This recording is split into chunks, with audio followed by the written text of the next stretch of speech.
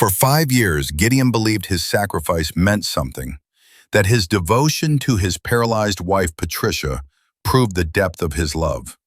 Until he stood outside their bedroom door one Tuesday afternoon and heard her laughing on the phone, calling him nothing more than a disposable servant she'd been using all along.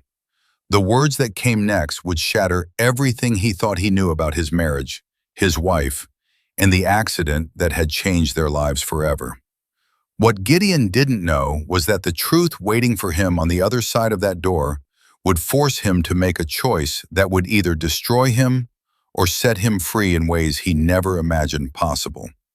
But before we continue with this beautiful story, please kindly subscribe to this channel and comment where you are watching from, and also share below, what life or relationship challenge are you facing right now, or what someone you know is going through? Don't forget to like this video as well. All these mean a lot to us. Gideon had always been the kind of man who kept his promises. When he married Patricia 7 years ago, he meant every word of those vows, for better or worse, in sickness and in health. He just never imagined worse in sickness would arrive so soon, wrapped up in a car accident that left his beautiful, vibrant wife paralyzed from the waist down. The accident happened 2 years into their marriage. One moment, Patricia was driving home from her yoga class, singing along to the radio. The next moment, a drunk driver ran a red light and changed everything. Gideon remembered getting that call at work, the way his hands shook so badly he could barely hold his phone. He remembered running through those hospital corridors, his heart hammering against his ribs, praying to every god he could think of. Patricia survived, but the woman who woke up in that hospital bed was different. The doctors explained the spinal injury, the surgeries, the rehabilitation that might or might not work. They used words like permanent and adjusted expectations and new normal. Gideon listened to all of it while holding Patricia's hand, watching tears stream down her face. He made a decision that day. He would be there, no matter what. The first year after the accident was brutal. Patricia went through surgery after surgery, each one promising hope that never quite delivered. Gideon took a leave from his engineering job. Then when that ran out, he negotiated remote work. Their savings account dwindled as medical bills piled up.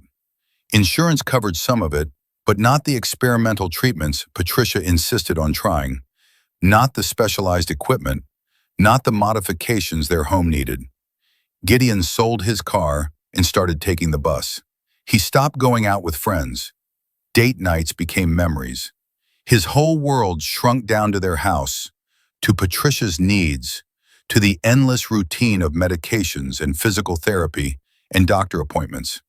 He learned to help her bathe. He learned to prepare special meals that wouldn't cause digestive issues. He learned to read the tiny shifts in her expression that meant she was in pain but wouldn't say it. He became a caregiver, a nurse, a companion, all while trying to hold on to the threads of being a husband. Patricia's mother, Patricia, moved in to help. That's when things got complicated. Patricia had never thought Gideon was good enough for her daughter. She'd made that clear from the beginning, with her tight smiles and passive-aggressive comments about how Patricia could have married that lawyer, Daniel, who still sent Christmas cards.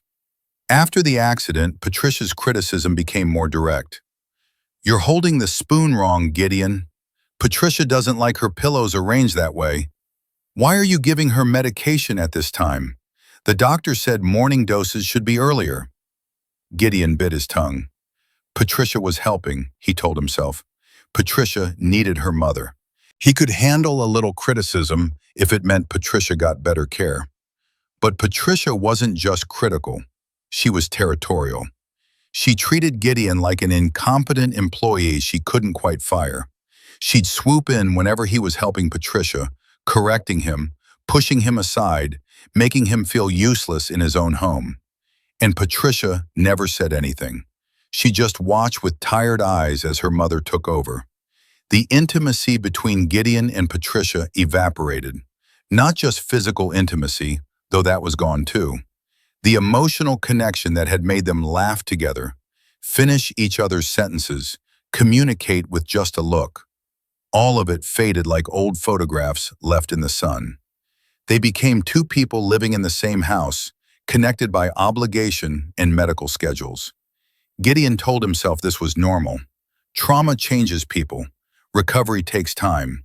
He just needed to be patient, be present, be the man Patricia needed him to be. So he kept going. He woke up at 5:30 every morning to help Patricia with her exercises before his work calls started.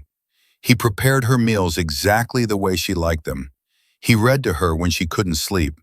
He researched new treatments and called specialists and filled out insurance forms. His friends stopped calling after a while. They got tired of canceled plans and unanswered messages. His brother Ryan tried to check in, but Gideon always said the same thing. "I'm fine. Patricia needs me. I can't complain." His own needs seemed selfish compared to what Patricia was going through. She was the one in the wheelchair. She was the one who'd lost her independence, her career as a dance instructor, her dreams of having children. What right did Gideon have to feel tired, to feel lonely, to feel like he was disappearing? 5 years. That's how long Gideon carried on like this. 5 years of sacrifice that felt noble and necessary and right. 5 years of telling himself that this was what love looked like when life got hard. Then came that Tuesday in October, a seemingly ordinary day that would crack open the truth Gideon had been too devoted to see. Gideon had taken the afternoon off work for a virtual conference he didn't really need to attend. He decided to use the time to organize the garage, a project he'd been putting off for months. But first, he wanted to check if Patricia needed anything before he got started. He walked down the hallway toward their bedroom. The door was slightly open. He could hear Patricia's voice, bright and animated in a way he hadn't heard in years. She was laughing, actually laughing. The sound stopped Gideon in his tracks. When was the last time he'd heard her laugh like that?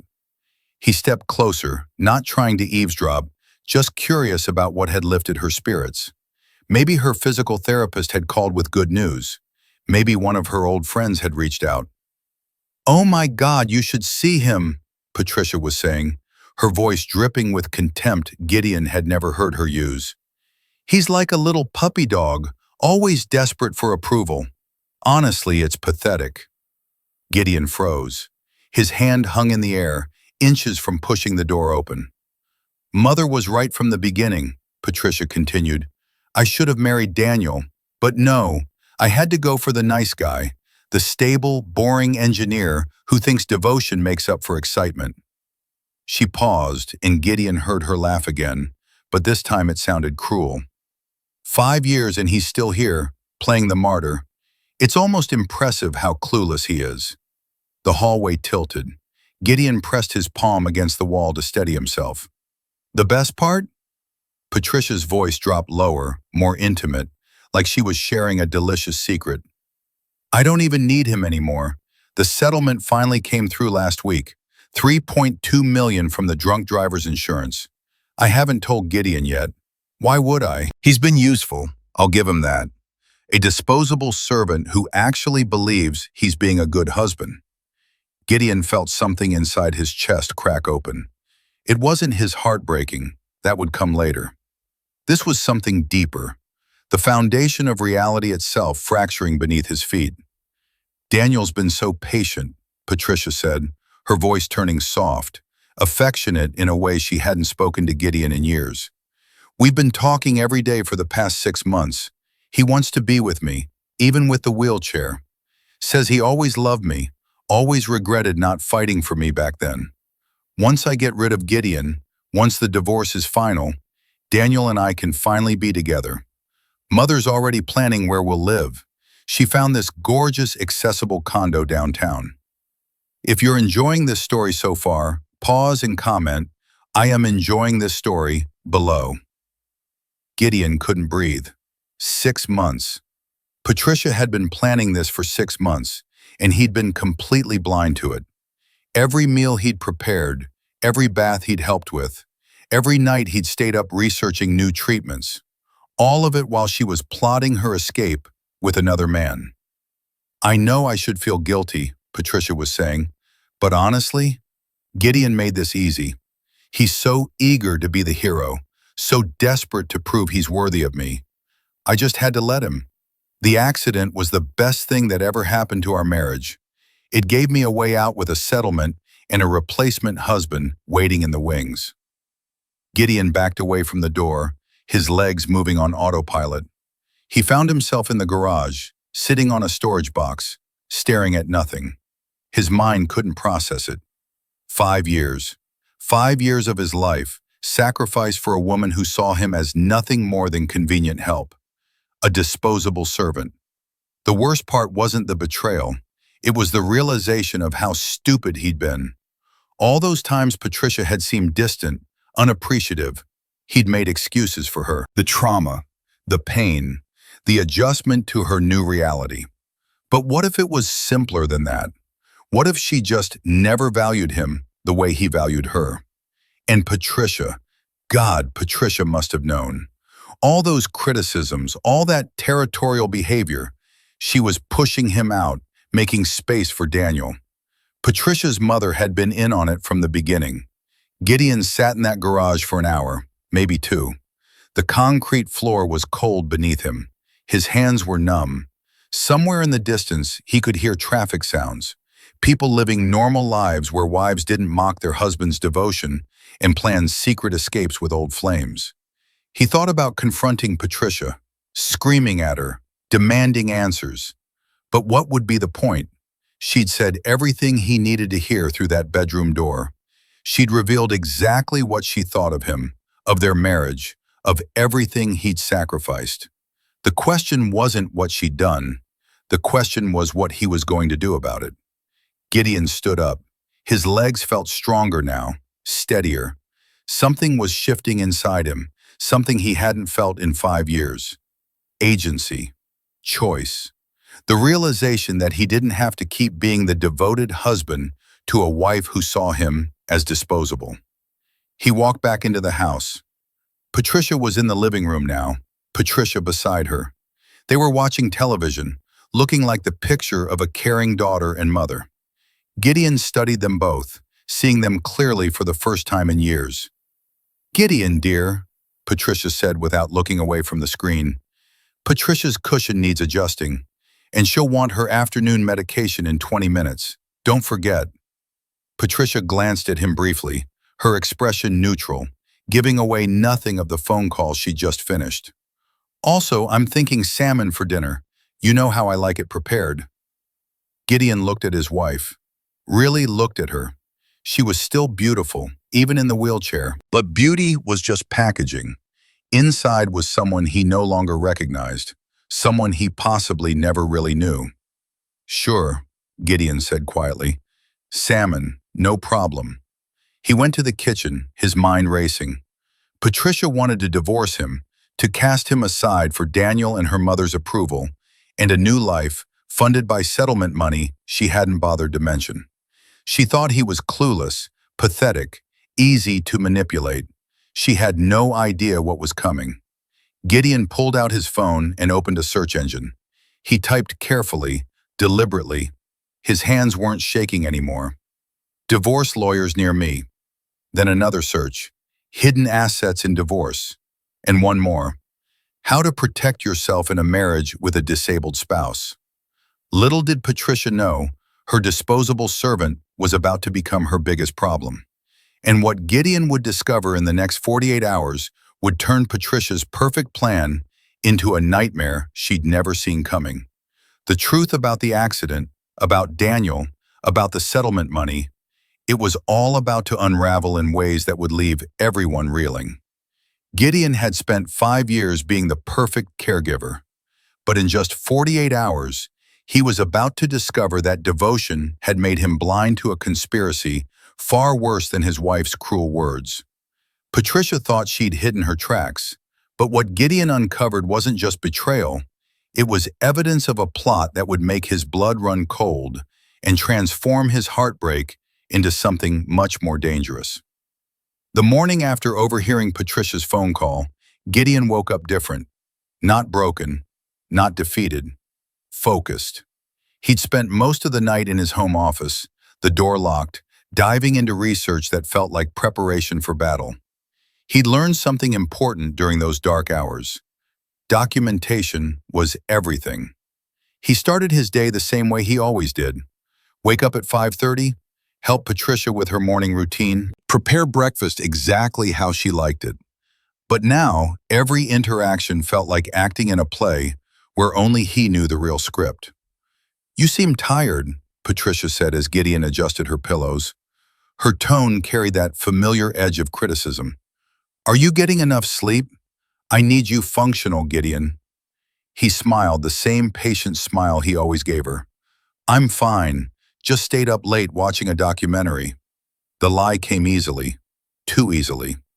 Patricia arrived downstairs wearing her usual expression of vague disappointment. "Gideon, you've prepared Patricia's eggs wrong again. She prefers them softer. Haven't you learned anything in 5 years?" "You're right," Gideon said. "Let me fix that." He took the plate back to the kitchen, dumped the eggs in the trash, and prepared new ones. But while he cooked, he pulled out his phone and started taking photos. The medication schedule on the refrigerator, the expensive rehabilitation equipment Patricia had insisted they buy, the bills piled on the counter. Everything was evidence now. During his lunch break, while Patricia napped and Patricia was out grocery shopping, Gideon called the first lawyer on his list. Jennifer Santos specialized in high-conflict divorces. Her reviews mentioned words like aggressive and strategic and wins. "Mr. Chen," Jennifer said after Gideon explained the basics, "let me be direct. Your situation is complicated. Your wife is disabled, which means a judge will be sympathetic to her. If you divorce her without proper preparation, you could lose everything and end up paying significant alimony and support." Gideon felt his stomach drop. Even if she's been planning to leave me? Even if she's already involved with someone else? "Emotional affairs aren't treated the same as physical ones in court," Jennifer explained.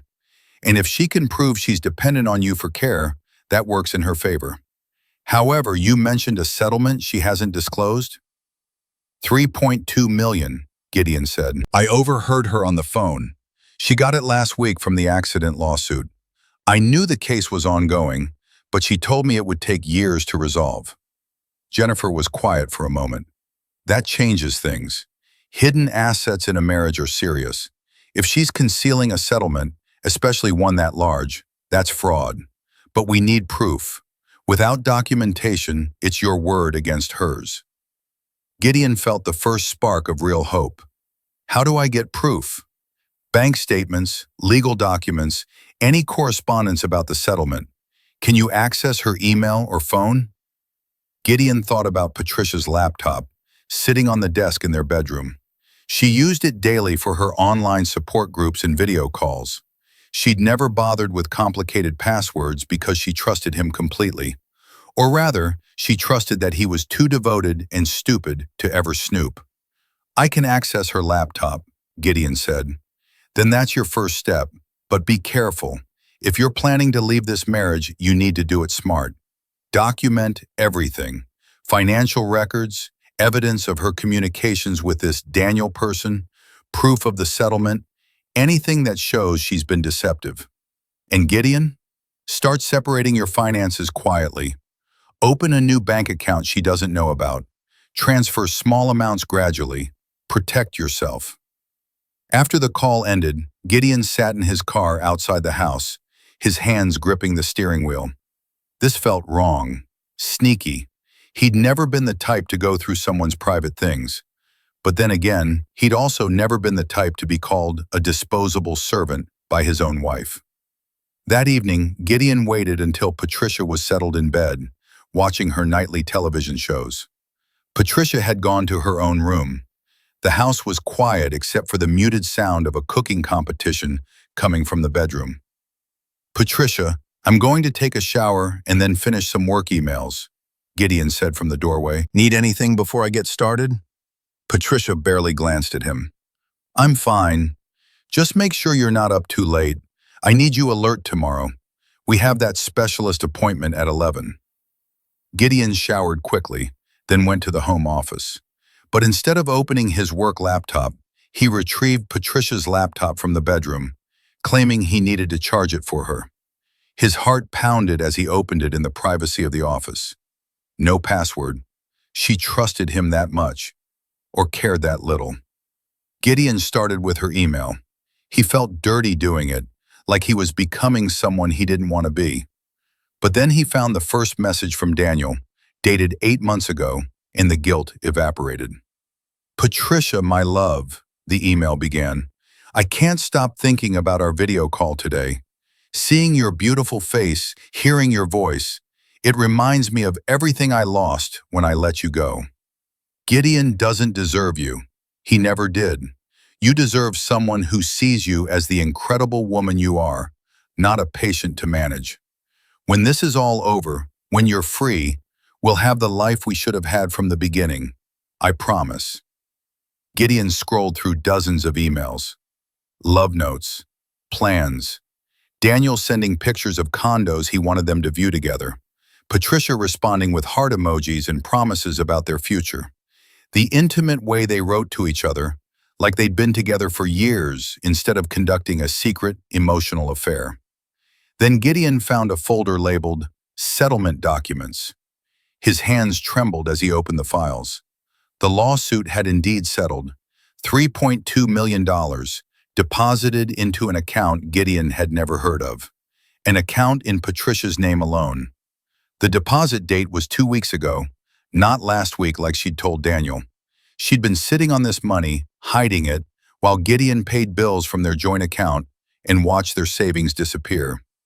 But it was the next document that made Gideon's blood run cold. A life insurance policy. On Gideon, $2 million taken out 3 years ago, with Patricia as the sole beneficiary. Gideon didn't remember signing any life insurance paperwork. He would have remembered something that significant. If you're enjoying this story so far, pause and comment, "I am enjoying this story," below. He opened the policy details, and there it was, his signature. Except it looked slightly off. The way the M curved, the spacing of the letters. He pulled up a document he'd actually signed recently for comparison. They were similar, but not identical. Patricia had forged his signature on a $2 million life insurance policy. The question was, why?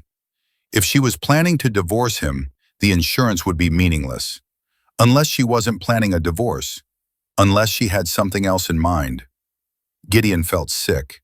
He was being paranoid, he told himself. Patricia might be cruel and manipulative, but she wasn't dangerous. She couldn't be. But then why forge a life insurance policy? Why hide it? He kept searching through the files, and what he found next shattered whatever rationalization he'd been building. A folder labeled Research, containing saved articles about accidents in the home. How common are fatal falls? Can an accident be proven as negligence?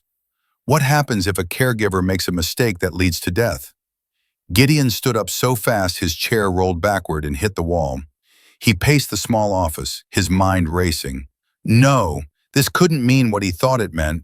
Patricia was researching these things for legitimate reasons.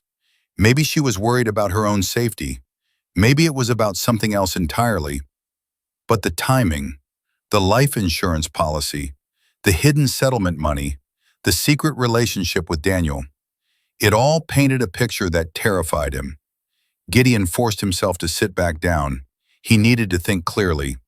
He took screenshots of everything, the emails, the settlement documents, the life insurance policy, those disturbing research files. He created a hidden folder on his work laptop and transferred everything there. Then he emailed copies to himself and to a new email address he created just for this purpose. He was about to close Patricia's laptop when he noticed one more folder. Medical records. He opened it, expecting to see documentation of Patricia's surgeries and treatments. Instead, he found medical evaluations he'd never seen before, reports from doctors Gideon didn't recognize, and the content made his heart stop. According to a neurological evaluation dated 6 months ago, Patricia had regained significant sensation and muscle control in her lower body. The prognosis was marked as excellent for potential mobility with intensive physical therapy.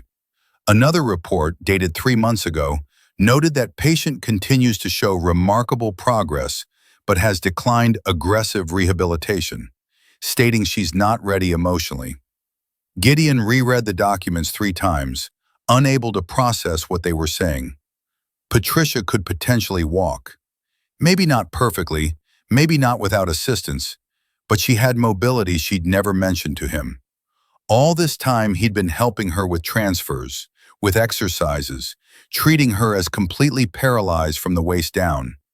Why would she hide recovery? Unless being paralyzed was useful to her. It kept Gideon devoted, kept him trapped in the caregiver role, kept him from questioning her behavior or her future plans. A memory surfaced. 2 months ago, Gideon had come home early from a grocery run, having forgotten his wallet. He'd walked into the house quietly and heard movement upstairs. When he got to the bedroom, Patricia was in her wheelchair, breathing hard, like she'd just exerted herself. She'd claimed she was doing her arm exercises. At the time, Gideon hadn't thought anything of it. Now he wondered what he'd almost walked in on. He closed the laptop carefully and returned it to the bedroom. Patricia was asleep, her face peaceful in the dim light from the television. Gideon stood in the doorway, looking at this woman he'd devoted 5 years to, and felt like he was seeing a stranger. Who was she really? What was she capable of? Gideon went back to the office and called Jennifer Santos, even though it was almost midnight. She answered on the 3rd ring, her voice alert. "I found something," Gideon said. "Something bad." He explained everything. The emails, the hidden settlement, the forged life insurance policy, the research about fatal accidents, the medical records showing potential mobility Patricia had concealed. With each revelation, Jennifer's responses became more urgent. "Gideon, listen to me carefully," she finally said. "What you're describing could indicate serious criminal intent. The life insurance policy with the forged signature, combined with research about fatal accidents, that's potentially conspiracy to commit fraud, possibly worse. You need to go to the police." The police? Gideon felt like he'd stepped into a movie plot, not his real life. "You think Patricia would actually try to hurt me?" "I think Patricia has 3.2 million reasons to want you gone, plus another 2 million in insurance money if something happened to you. And I think she's been planning this carefully. Those medical records showing she's hiding mobility, that suggests sophisticated deception. Gideon, you're potentially in danger." Gideon sat down hard. "What do I do?" "First, don't let her know you know any of this. Act normal. Second, I'm sending you contact information for a detective I work with, specializes in fraud cases. Third, tomorrow you're going to go to your bank and open a separate account. Move half of everything in your joint accounts. You have legal right to do that.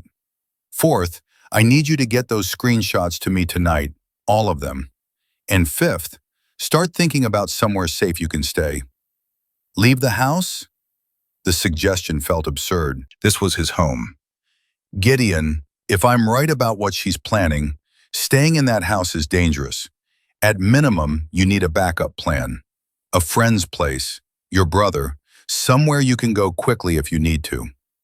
After the call ended, Gideon sat in the dark office, watching the numbers on the clock change. In 24 hours, his entire understanding of his marriage, his wife, and his life had been demolished and rebuilt into something he barely recognized. The woman sleeping down the hall wasn't the victim he'd been caring for. She was something else entirely. A manipulator, a fraud, possibly worse. And Gideon, the disposable servant, was about to become very undisposable.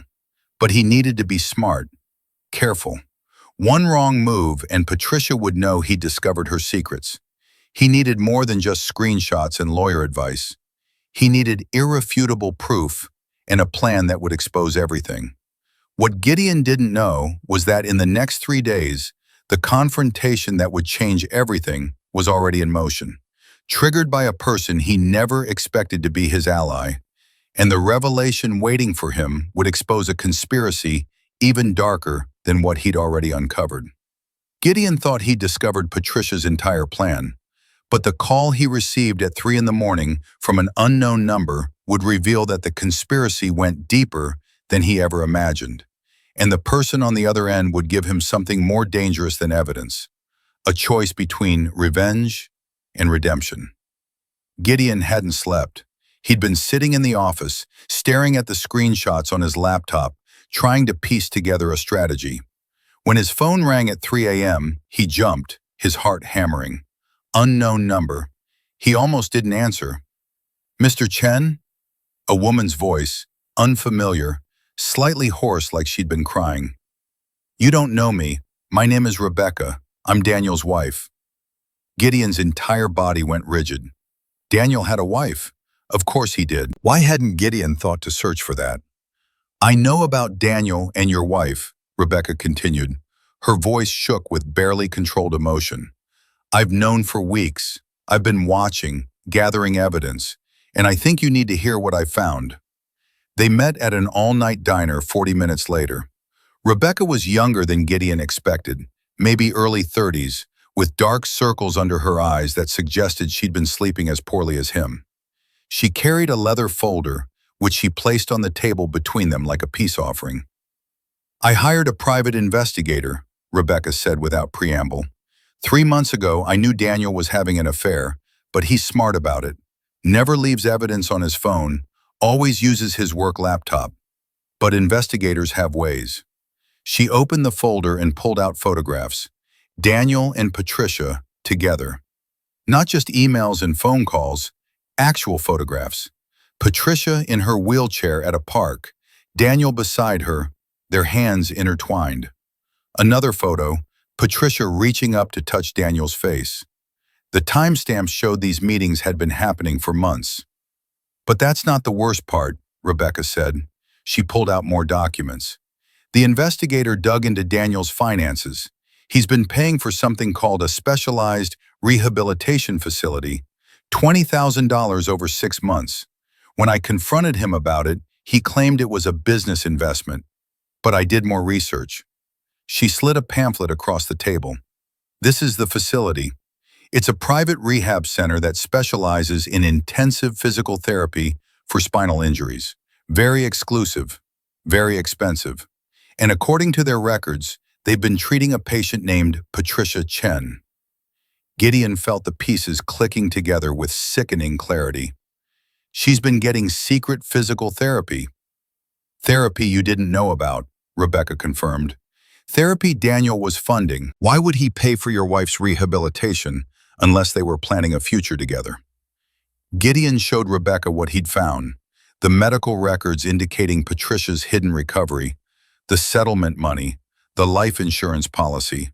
With each revelation, Rebecca's expression hardened. "My God," she whispered, "she's planning to take everything from you." "It's worse than that," Gideon said. He explained his lawyer's theory about the suspicious research files and the potential danger. "Jennifer thinks Patricia might be planning something more permanent than divorce." Rebecca's face went pale. "Daniel has life insurance too, on me. He increased it 8 months ago. I signed the papers without really looking. I trusted him." Her voice cracked. "What if they're planning to—" She couldn't finish the sentence.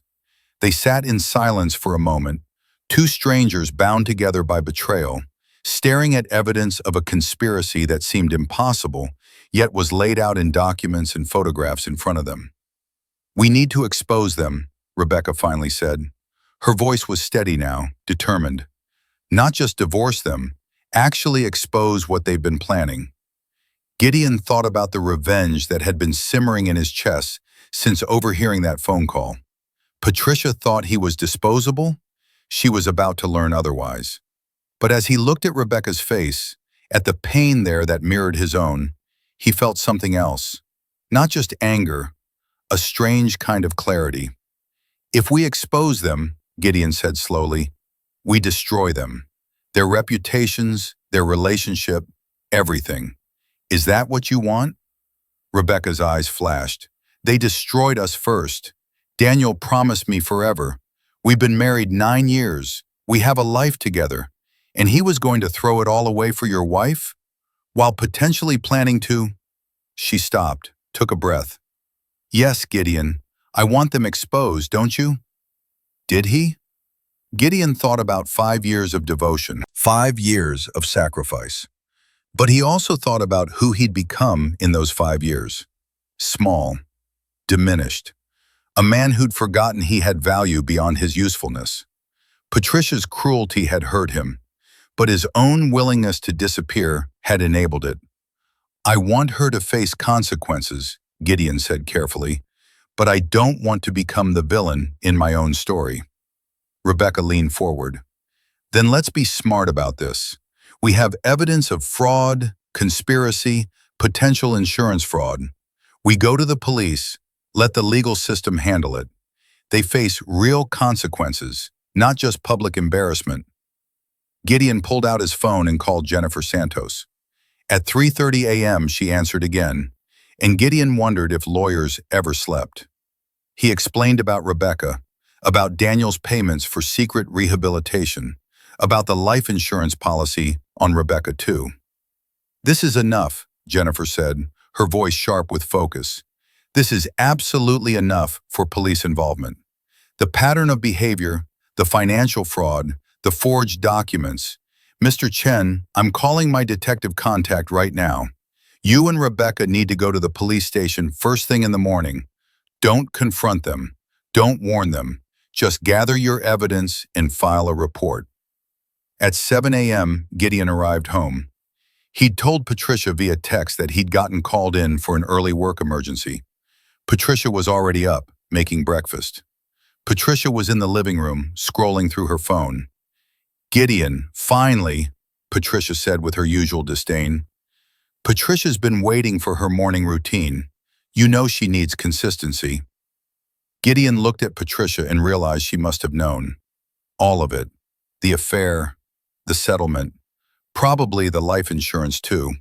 She'd been helping Patricia orchestrate this entire plot while treating Gideon like an incompetent servant in his own home. "Sorry," Gideon said. He went through Patricia's morning routine on autopilot. The exercises, the medications, the breakfast. But his mind was far away, thinking about what would happen next. By 10 a.m., Gideon and Rebecca were sitting in a police station, laying out their evidence to Detective Raymond Cross. The detective listened, his expression growing more serious with each revelation. "This is complex," Detective Cross said. "Multiple potential crimes across 2 relationships. Fraud, conspiracy to commit fraud, possible conspiracy to commit more serious crimes. The life insurance policies with the forged signature and suspicious research files are particularly concerning." "What happens now?" Gideon asked. "We investigate. We'll need to verify the medical records, confirm the settlement was hidden, authenticate the insurance documents. We'll interview the rehabilitation facility, examine financial transactions. This could take weeks." "They don't know we know," Rebecca said. "What if they try something before you finish investigating?" Detective Cross looked at them both seriously. "I'm going to be direct with you. Based on what you've shown me, I believe there's enough evidence to suggest potential danger. Mr. Chen, Mrs. Harrison, you should consider staying somewhere else while we investigate. And you absolutely should not confront them." But Gideon knew confrontation was inevitable. Patricia would notice his changed behavior. Daniel would realize Rebecca was acting strange. The truth was coming whether they managed it or not. That evening, Gideon came home to find Patricia in the living room with an unexpected guest. Daniel. He was tall, handsome in that polished lawyer way, and he was sitting on the couch next to Patricia's wheelchair, his hand resting possessively on her armrest. "Gideon," Patricia said, her voice light, almost cheerful. "We need to talk. Daniel's here as my attorney.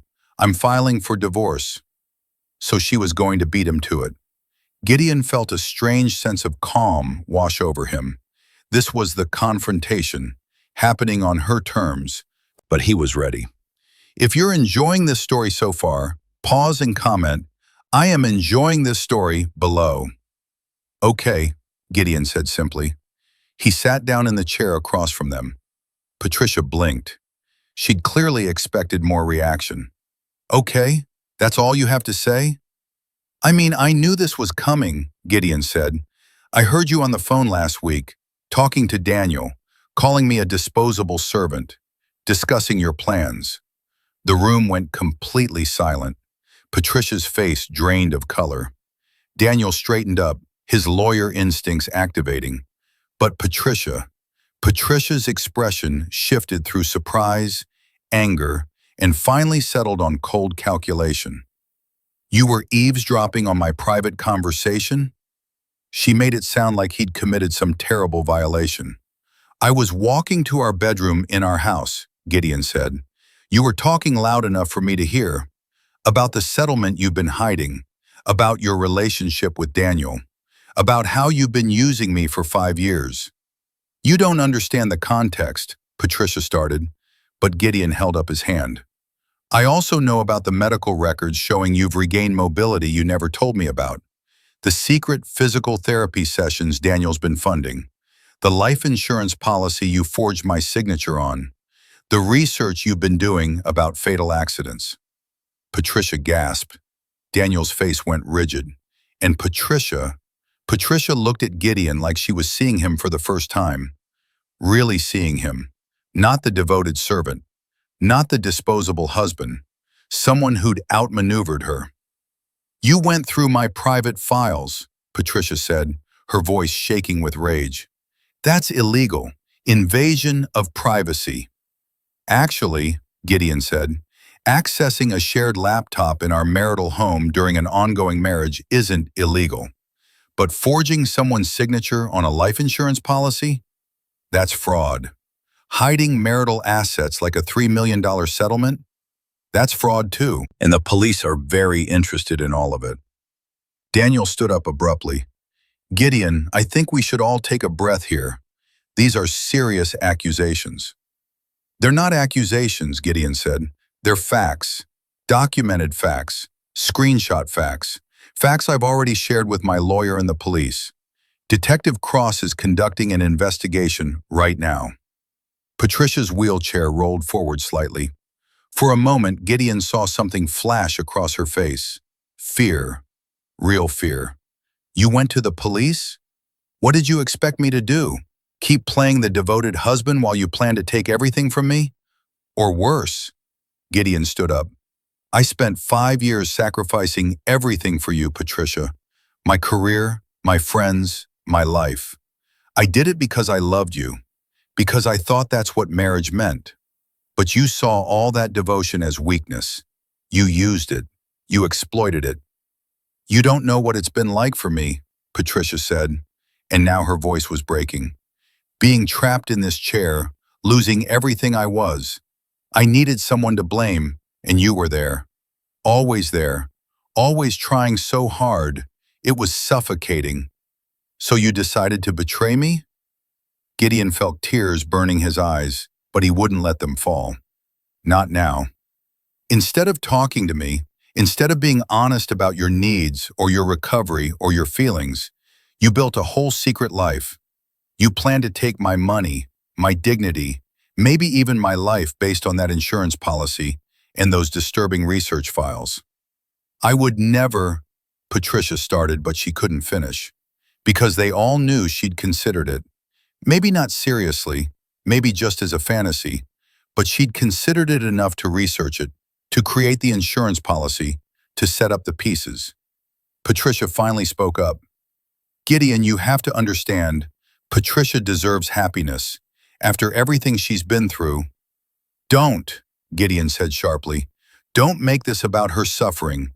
We all suffer. The difference is, some of us don't respond by destroying the people who love us." Gideon looked at Daniel. "Rebecca knows everything, by the way. About the affair, about the money you've been spending, about the life insurance policy you increased on her. She's at the police station right now, too." Daniel's face went ashen. "Rebecca knows?" "She hired a private investigator, Has photos of you and Patricia together, financial records, everything. Gideon almost felt sorry for him. Almost. She's leaving you, and she's making sure you face legal consequences too. Patricia wheeled herself closer to Gideon. Please, she said, and her voice was different now. Vulnerable, real in a way he hadn't heard in years. Please don't do this. We can work this out. I made mistakes, terrible mistakes, but does that mean you have to destroy my life? Gideon looked down at his wife. Part of him still loved her. The her from before the accident, the her who used to laugh at his bad jokes and dance around their kitchen and talk about their future with stars in her eyes. But that person was gone. Maybe she'd never really existed. I'm not destroying your life, Gideon said quietly. I'm just not letting you destroy mine anymore. He walked upstairs and started packing a bag. He could hear voices rising in argument below. Patricia's anger, Daniel's panic, Patricia's desperate attempts to take control. But none of it touched Gideon anymore. He felt separate from it, like he was already gone. His phone buzzed. A text from Jennifer Santos. Detective Cross just called. They have enough evidence to bring formal charges. Fraud, forgery, conspiracy. Patricia and Daniel will be arrested within 48 hours. You did the right thing. Did he? Gideon looked around the bedroom that used to be his sanctuary, at the wheelchair in the corner that had defined their life for 5 years, at the photos on the dresser showing a couple who looked happy but were already falling apart. Gideon thought about revenge. He'd gotten it. Patricia would face criminal charges. Her settlement money would be tied up in legal proceedings. Her relationship with Daniel was destroyed. Her reputation was ruined. He'd won in every measurable way. But he didn't feel victorious. He felt empty. 3 weeks later, Gideon sat in his brother Ryan's guest room, reading news articles about the case. Patricia and Daniel had been arrested and charged with multiple counts of fraud and conspiracy. The story had made local news because of the dramatic elements: the paralyzed wife, the devoted husband, the hidden affair, the forged insurance policies. Public opinion had turned sharply against Patricia. The comments sections were vicious. People called her manipulative, evil, a monster. They praised Gideon for exposing her. But he couldn't read the articles without feeling sick. Rebecca had filed for divorce from Daniel.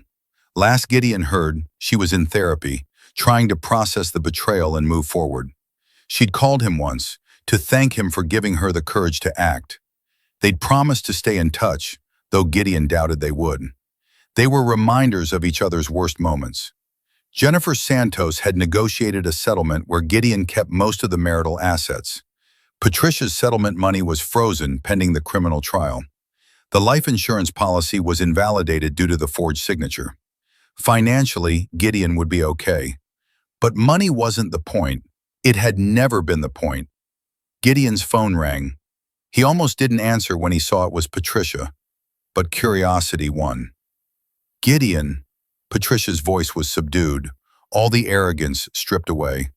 I'm calling to apologize for everything.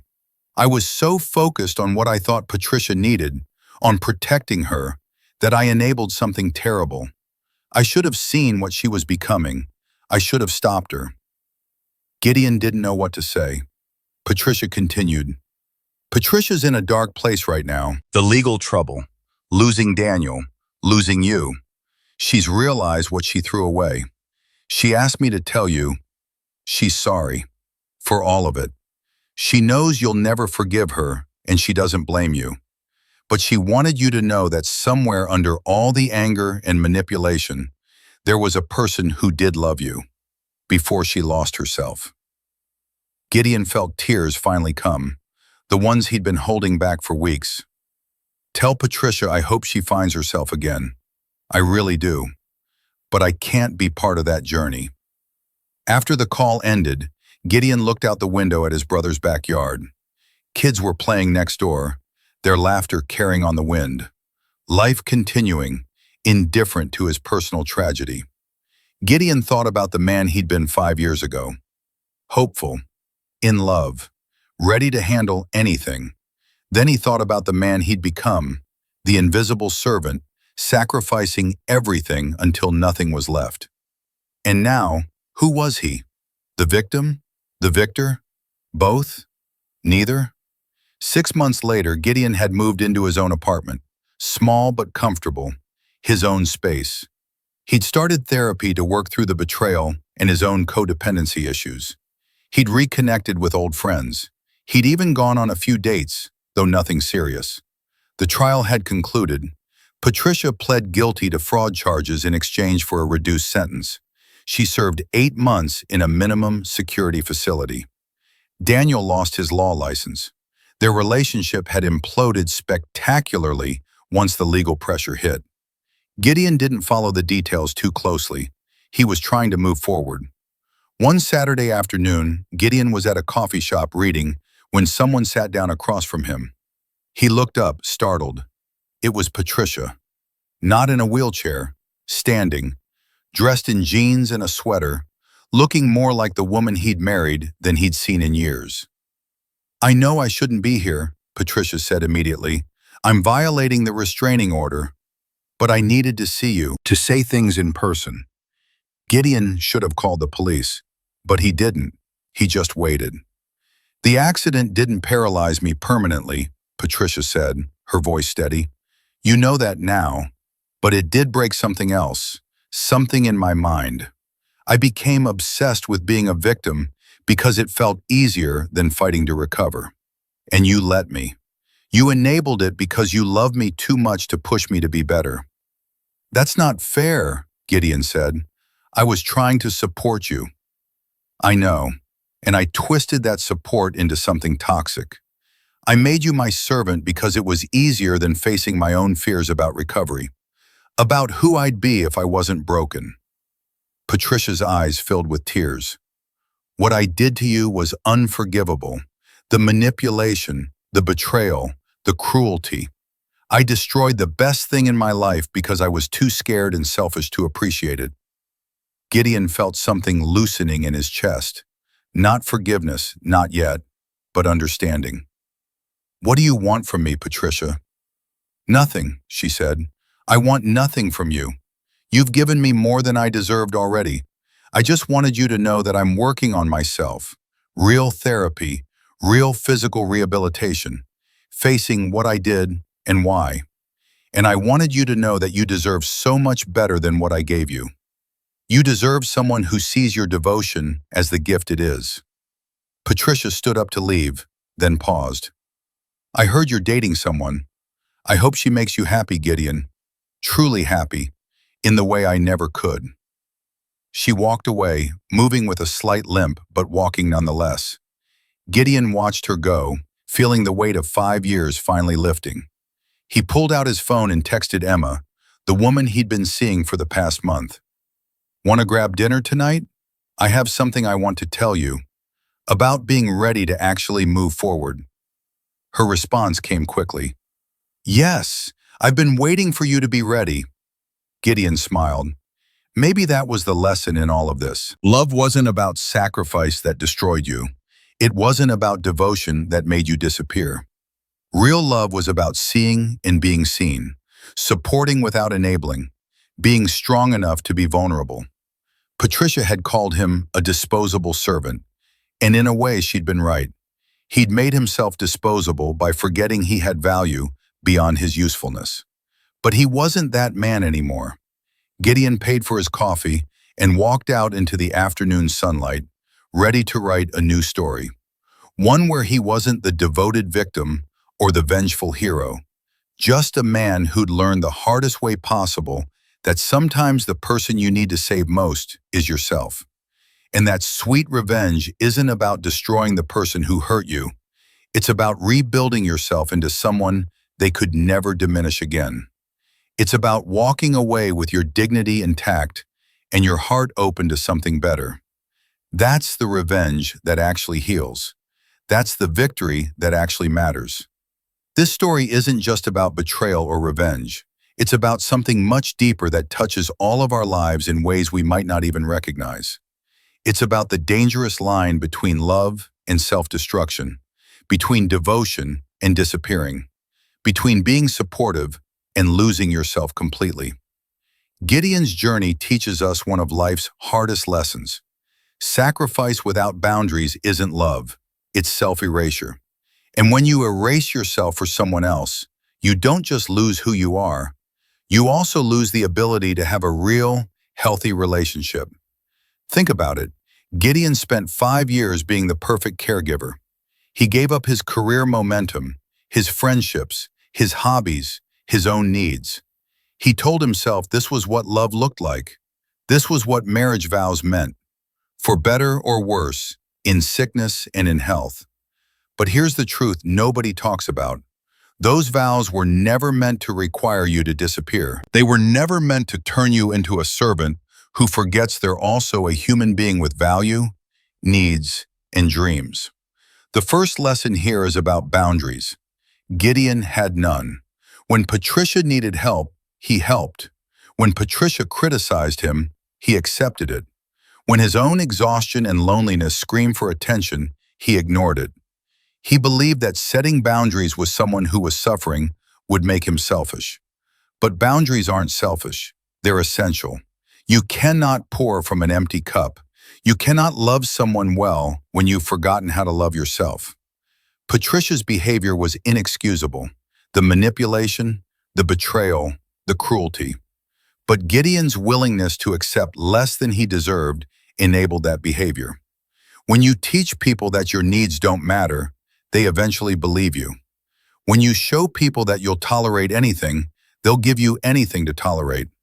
This doesn't excuse Patricia's choices, but it does highlight an important truth. We train people how to treat us by what we accept. The second lesson is about the difference between supporting someone and enabling their worst instincts.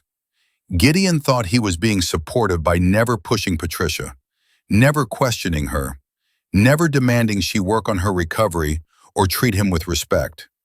But real support sometimes means tough love. It means saying, I see you're hurting, but the way you're treating me isn't acceptable.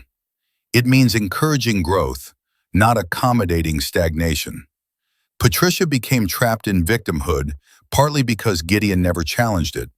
He was so busy trying to make things easier for her that he made it easy for her to stay stuck.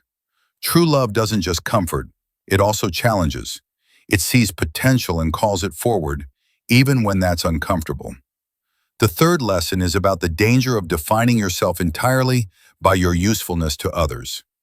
Gideon became Patricia's caregiver instead of Gideon, a man with his own identity, interests, and worth. When your entire sense of value comes from what you do for others, you become disposable the moment they don't need you anymore. And that's exactly what happened. Patricia saw Gideon as a servant because he'd reduced himself to servant functions. He'd forgotten he was also a partner, a person, someone deserving of respect and reciprocity. This pattern shows up everywhere, not just in dramatic situations like Gideon's. It shows up in the parent who defines themselves entirely by their children and loses themselves when the kids grow up.